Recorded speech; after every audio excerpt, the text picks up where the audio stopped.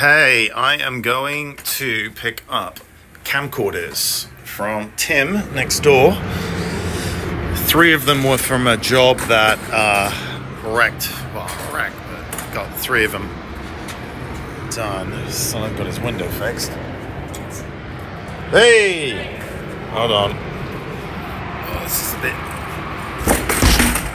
Jesus. These fucking... Don't mess with my beautiful door. All right, what we got then? Got him fixed. For All right, cool. Man, was this? Yeah, a couple of them. Gee, had to clean like 4 times, over and over. I mean, it wasn't just a regular cleaning. It was like cleaning the rollers, the guides, like a hard, massive clean. Really? Yep. And again, this is what I talk about in the videos, because all these digital 8 tapes, they're all falling to pieces. So all of the materials are all coming off. The tape oxide is coming off all inside the camcorders, all over the heads. They get in the guides, the rollers, and yeah, it just causes all kind of problems. It'll bend the mechanism. One had a bent mechanism. Oh, that was the one that made that screeching noise I did in a video, and it snapped. Yeah, I think it was.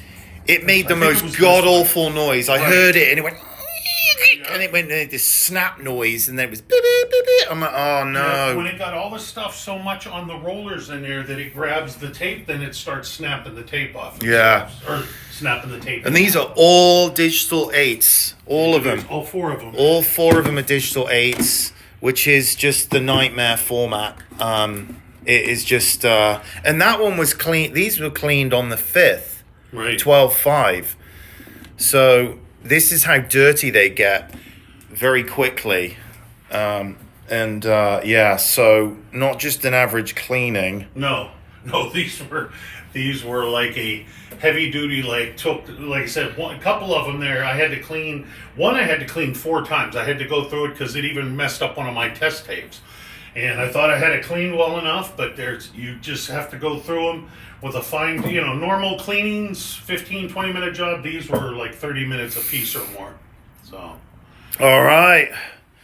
And there we go. Boom, this is what it costs to keep your stuff alive. And don't contact Tim if you're outside of Phoenix. Yeah. Some people, they're like, oh, I'm going to send him all my tape. No. Yes. No, walk-ins only. He's been doing this way too long to even mess with all the shipping crap. Yeah. Way too long. Anyway, all right. That's it. Tim's the man. If you're in Phoenix...